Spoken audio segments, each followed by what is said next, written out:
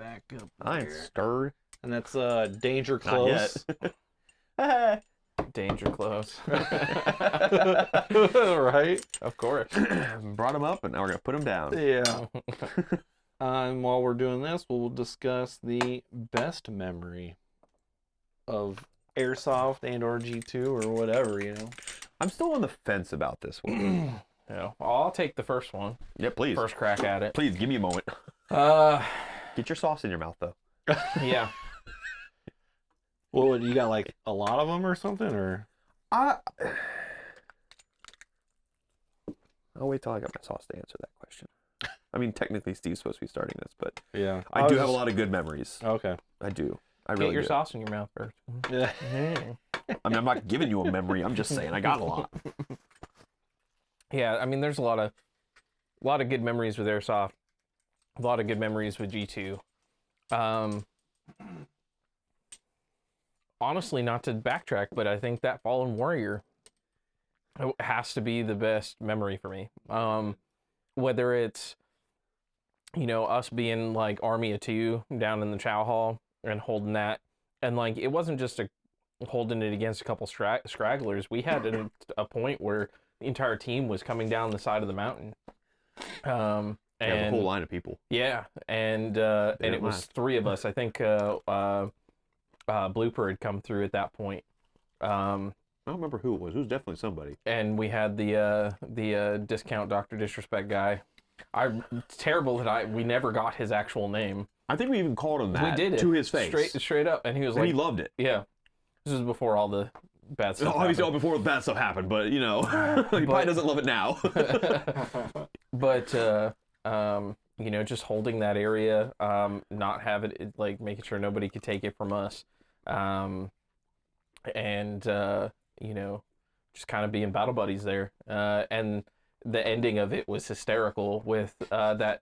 I don't know if you remember, but do you remember that same guy who was the discount Dr. Disrespect, walked out onto the field to go blow the charge, and he walked out acting like he was hit, like he just had his gun down, you know, whatever, and just walked straight onto the field nonchalantly. Oh, I do remember that. And yeah. everybody just assumed that it was somebody that was out, and he walked up to the thing and set off the charges, because like the other team kept us down in that trench for a while. Like it was getting to the point where we didn't think that we were going to be able to blow the charge and win. Yeah, time was going real quick. And we literally all had kind of a powwow down below, and he's like, I'm just gonna walk out there and see what happens. And so literally he did. He had his gun down by his side, just walked straight out there, strolled into it like he owned it, and set off the charge. Well, because that was at the point I where remember that happening, but I just don't remember him. Yep. Because that was at the point where you had cut off our lives because we were, again, dominating the field. Yeah. And it was just like, well, if we rush up out of here, we're all going to die. You know, we're going to walk into a hail of BBs. And I think that's basically what it was. It was just like, well, if I come, because we were all having to go over, anybody who was dead had to go over by the tower and sit out because we were going to blow the explosives off. Yeah. So we had, you know, we wanted to have everyone where they could see it. I say we, like I was part of G2 at the point. I guess we were prospects at that point. Technically, yes. At that point, we were technically prospects, but so yeah, it would have been. I can see how their confusion was. It was like, oh, it's just he must have gotten hit, and he was just walking on out, and then it was, then it was over. Little do they know, they didn't look for the dead rag. They didn't look for the dead rag. You know, it's important to look for those things. Yeah, a lot of things happened to those in that few moments. To be It's probably kind of a combination between that and they're, you know, playing against G2 at I-70 before we were on the team. Because G2 being a team had this like stigma amongst everybody of being super good. Like, not a negative thing, just really good players. Yeah. You know, and you know, obviously there was some of the comments that were made before, but you know, that did not take away from the fact that G2 folks like were almost sought after on the field to, you know, take the glory of taking them out, right? Like taking a scalp or something. And you know, there was one point where there was you know, one of the G2 members down in the old town, and Rick was at one end trying to distract him, taking pot shots and keeping him distracted, and I put out my my rifle and took my pistol out, just kind of snuck around the outer edge down there, and came up and put my pistol right to the back of his head and took him out. And like that was a memory, man. That was like, we're getting, because we're so new to this was when we were fairly still new. I think this, I'm not even sure if that was during an event or if it was open play. It was just open play. At.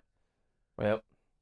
And there was a few G2 members at, and it wasn't the very first one that we went to, but it was like one of the ones later. Nope. And that happened. I remember it pretty well. I had him pinned down and he had me pinned down. Neither of us were really going anywhere. Yep. But he didn't know that's exactly what I wanted. He didn't know there was two of us.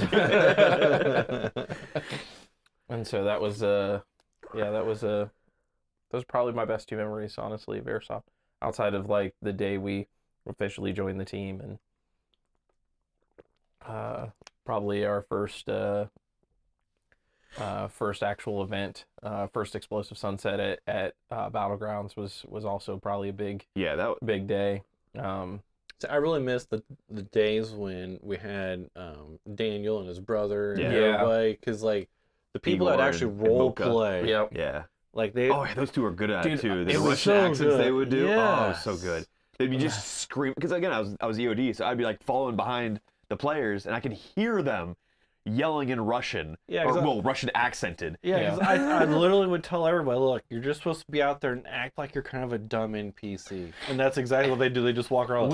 No Scotia. They just and I'd be following behind them, behind the players, and I could hear them yelling, and it was everything I could do to not laugh. Well, that's where I would be like, did you hear something? Must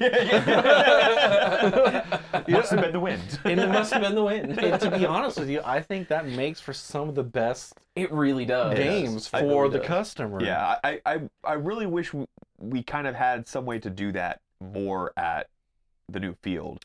I mean, Well, it seems like a lot of people nowadays are trying to take it way too serious, because they're thinking G2 being the op 4 again. Yeah, even our guys to an extent like want to take it too serious. We gotta knock that off. Yeah, we gotta rein it back a little bit. I Yeah. think, because everybody's too focused on milsim, Right, and I get when it's that. really not that big anymore. The in our milsim local area. The milsim is the first part of the day, where they can go as hard as they want to go.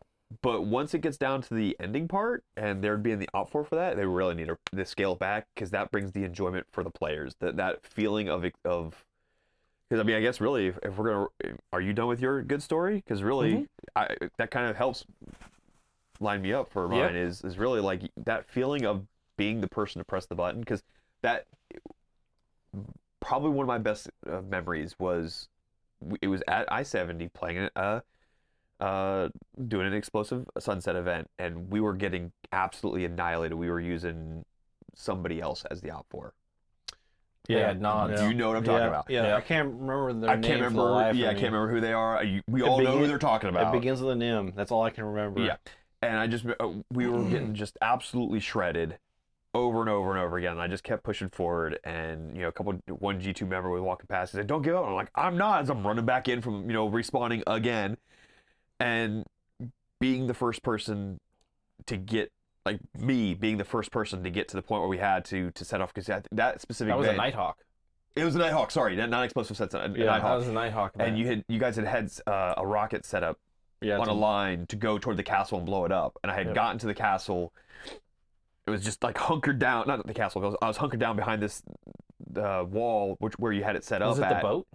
I don't remember. It wasn't the boat. There was like a kind of like a weirdly shaped wall. And I had finally gotten there, and being able to hit that button to set it off, like being that person to set it off and seeing my handiwork. Yeah. See, that like, first time was great. That's why I really like the role playing roles, Right. and it's kind of hard to find people that want to do that, because I think they just want to be the best. Yeah. Like no one ever There's was. main character syndrome problems, but there's also I think like the fear of like standing out in a sense. You know what I mean? Like they don't want to look retarded in a sense, But it's not. We never Little had a do they problem with know. that. Comes naturally to us. Yeah, I mean, little do they We're know retarded that it party. adds such a huge dynamic to the game. absolutely. You know, and it makes it so much more fun. Yeah. Again, like I said, And we'll like, get the rockets back too, because like before yeah. it used to be just the rocket propellant engines that they would use, and I was like, well, that's kind of anticlimactic. Right. Just- Where's the boom? yeah. Like, yeah, so here's these big green rockets. That Oh they- god, yeah. I remember seeing that go. Dude, Like, those were great. yeah, I remember seeing it go, and I was like, yeah. Yeah, so we'd hook one of those up.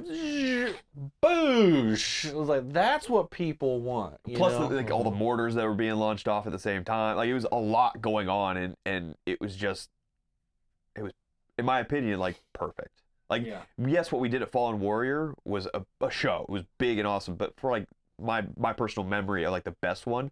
And there's obviously a lot of good things and a lot of, like. Oh, there's another reason why you don't like that Fallen Warrior event, but we'll talk about that one later. Yeah. Well, that's not so much. I mean, it's not a great memory, but not the worst. Painful, but not the worst.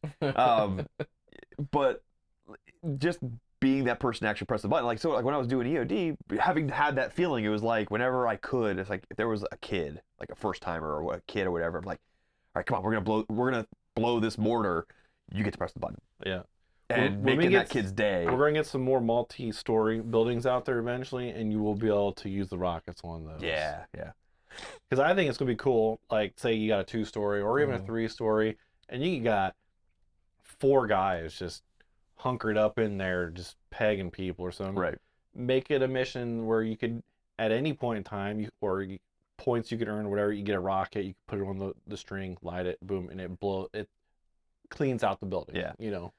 I mean, I think even just for the story aspect of us, like again, if it's a G2, Op4, and they're up in the tower, even playing that up as the G2 members doing it, like obviously not falling out of the building because that's a long fall, but Yeah. playing it up, again, it that was a lot of what our original. It was a little bit of showmanship that we were putting on as well when we were doing those events. Like the first Fallen Warrior that I went to, where I was officially on the team the whole time. I spent the entire time playing, and I had a great time blowing stuff up that day.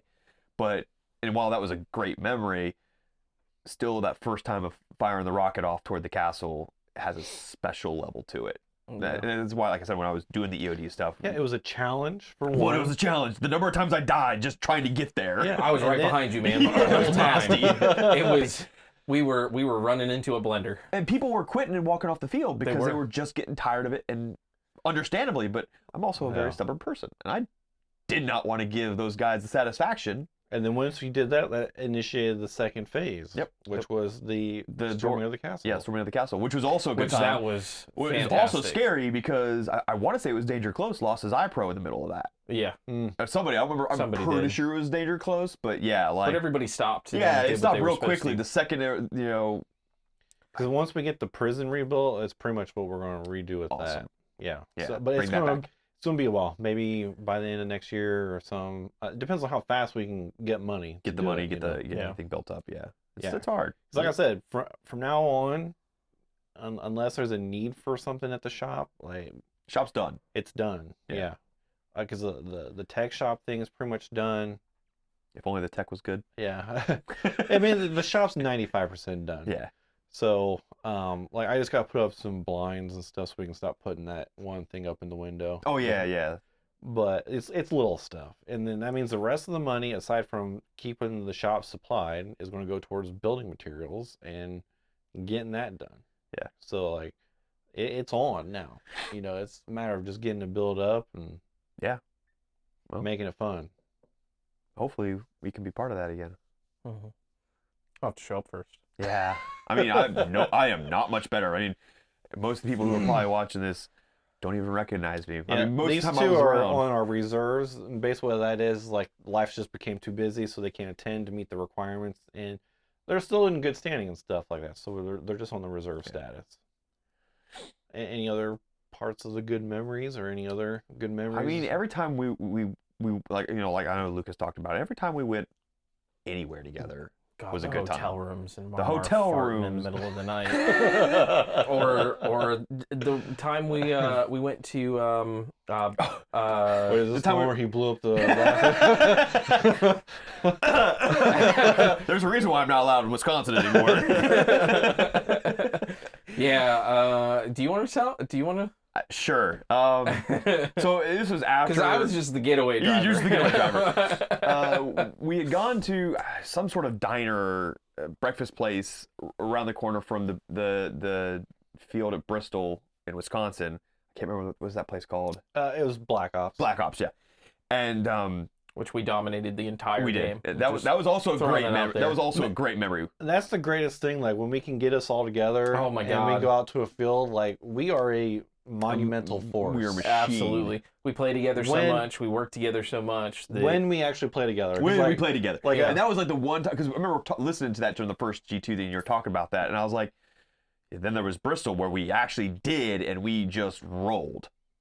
yeah, we it literally wasn't held until the we field. went to lunch and then once we went to lunch, We came back, the we're like, what entire happened? TAM team fell apart. Yeah, what happened? We were only gone for like an hour. And then we came back and took it back again Yeah. and pushed them back to their spawns. yeah. I think it was just having that like the guiding light of somebody actually pushing through and giving people Yeah. hope again to push and actually move from where they were and not one, just one of these Igor days I'll be during able that to just time. be a player instead of being the mind behind it all. Yeah. one of these Well, days. you were having a good time. You were getting a bird's eye view during that one. Well, yeah, you were Yeah. up in the helicopter Yeah, for you that were one. up in the helicopter. Well, I mean, it's like I tell everybody about the blast camp one where Yeah. did you guys get to go to that? I missed that one. I missed that one as well. Oh damn, man, because that was such a good time. Because like I think we had like 5 of us there. I heard about it, yeah. And like everybody was kind of like just moping and groping wherever, and then we went to this the back side, and there was a lot of other people just sitting around. I was like, hey, you guys want to go do something cool?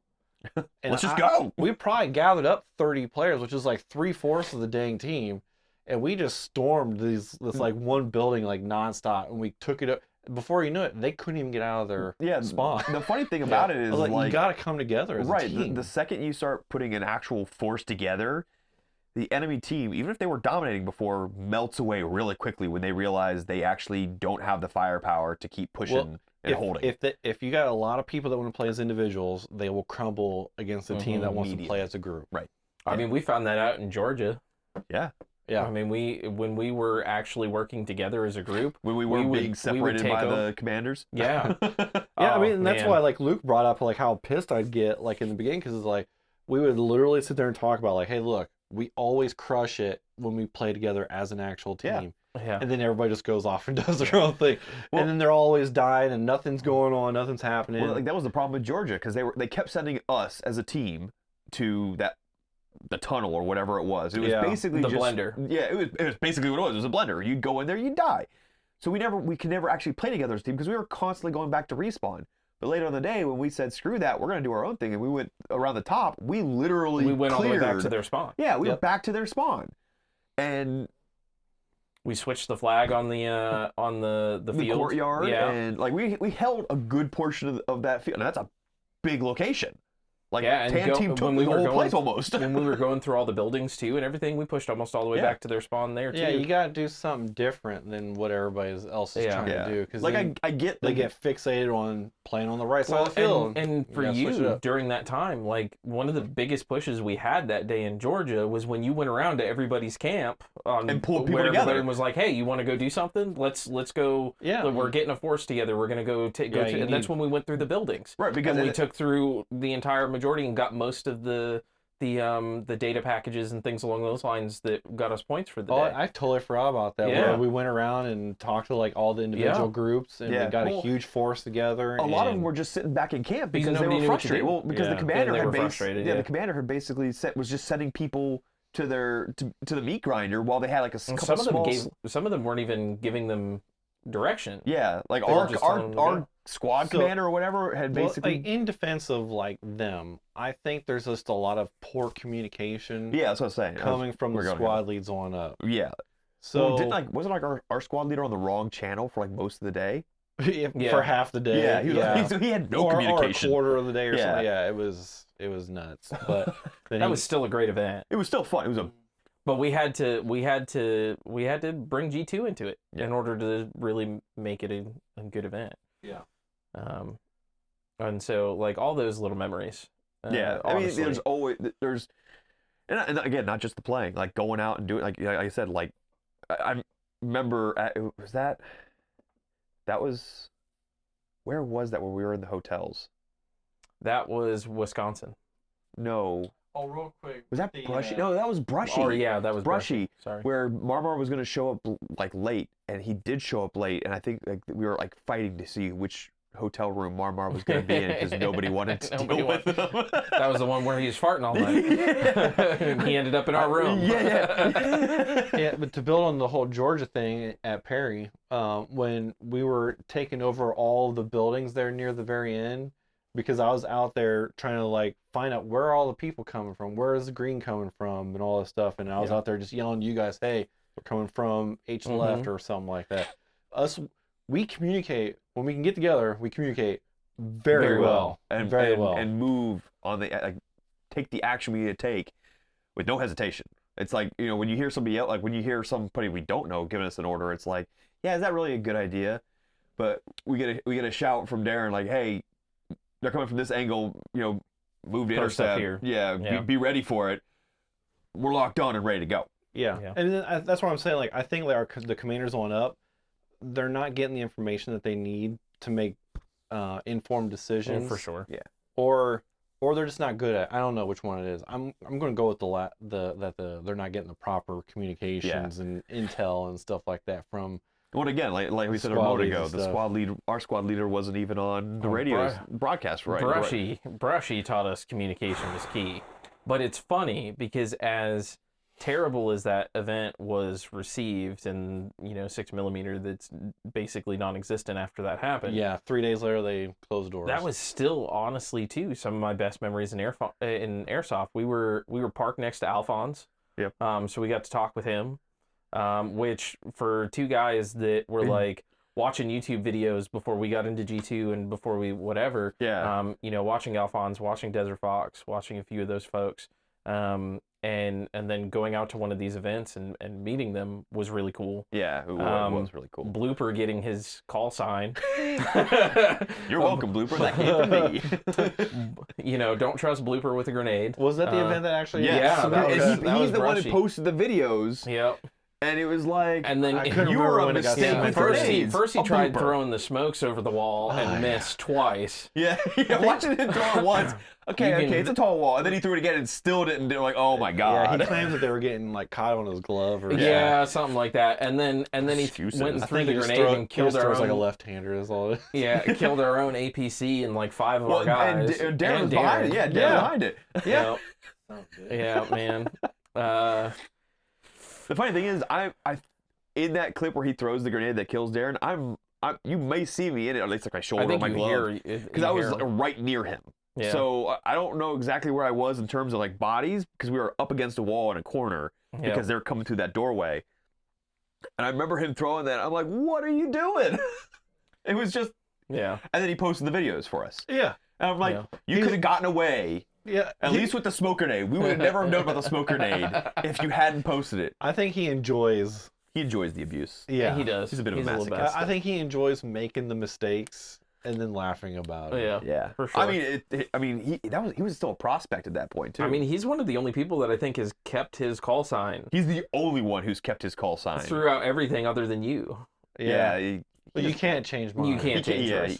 Mine goes decades further back than G2, so. Yeah, but I think he's the only like G2. There's no other call sign for him. It really isn't. I don't know, diaper sounds like a good one to me. After that, one clip. Himself. Like he did that in his seat, didn't he? One of those two. You find the hole in it. I'll see if I can do a louder one later.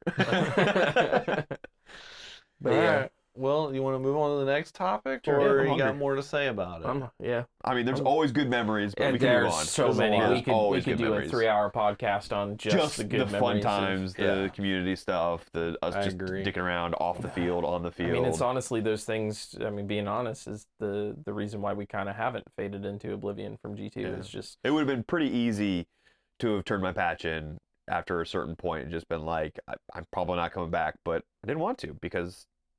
When we have time and we can be here. Yeah. Yeah, you guys do. Yeah. Whenever you got some spare time, you come out to the field just to say hi, even, you know. Yeah. And I try to tell like a lot of people, you know, it's more than just like we're on an airsoft team. Like Yeah. we're actual friends. you Yeah. know? Yeah. That It's a family. that's why there's the whole prospecting phase, like to see if you mend well with one another and all that stuff, you know. And Yeah. And I mean, there's people who've been prospect who have not made it. yeah, and there's people that have made it because they're two-faced. Yeah. Yeah. They're well two-faced, like a snake in the bush, you know. But they weed themselves out. Yeah. Yeah. Very much so. You can't put on that face forever. Nope. Yep. It's got to come out. All right. All right. Well, Let's move we'll on to number 3. let's- I'm we'll hungry. do the habanero, and Okay. then we'll go with the worst memories that you've had in Rick can start that one.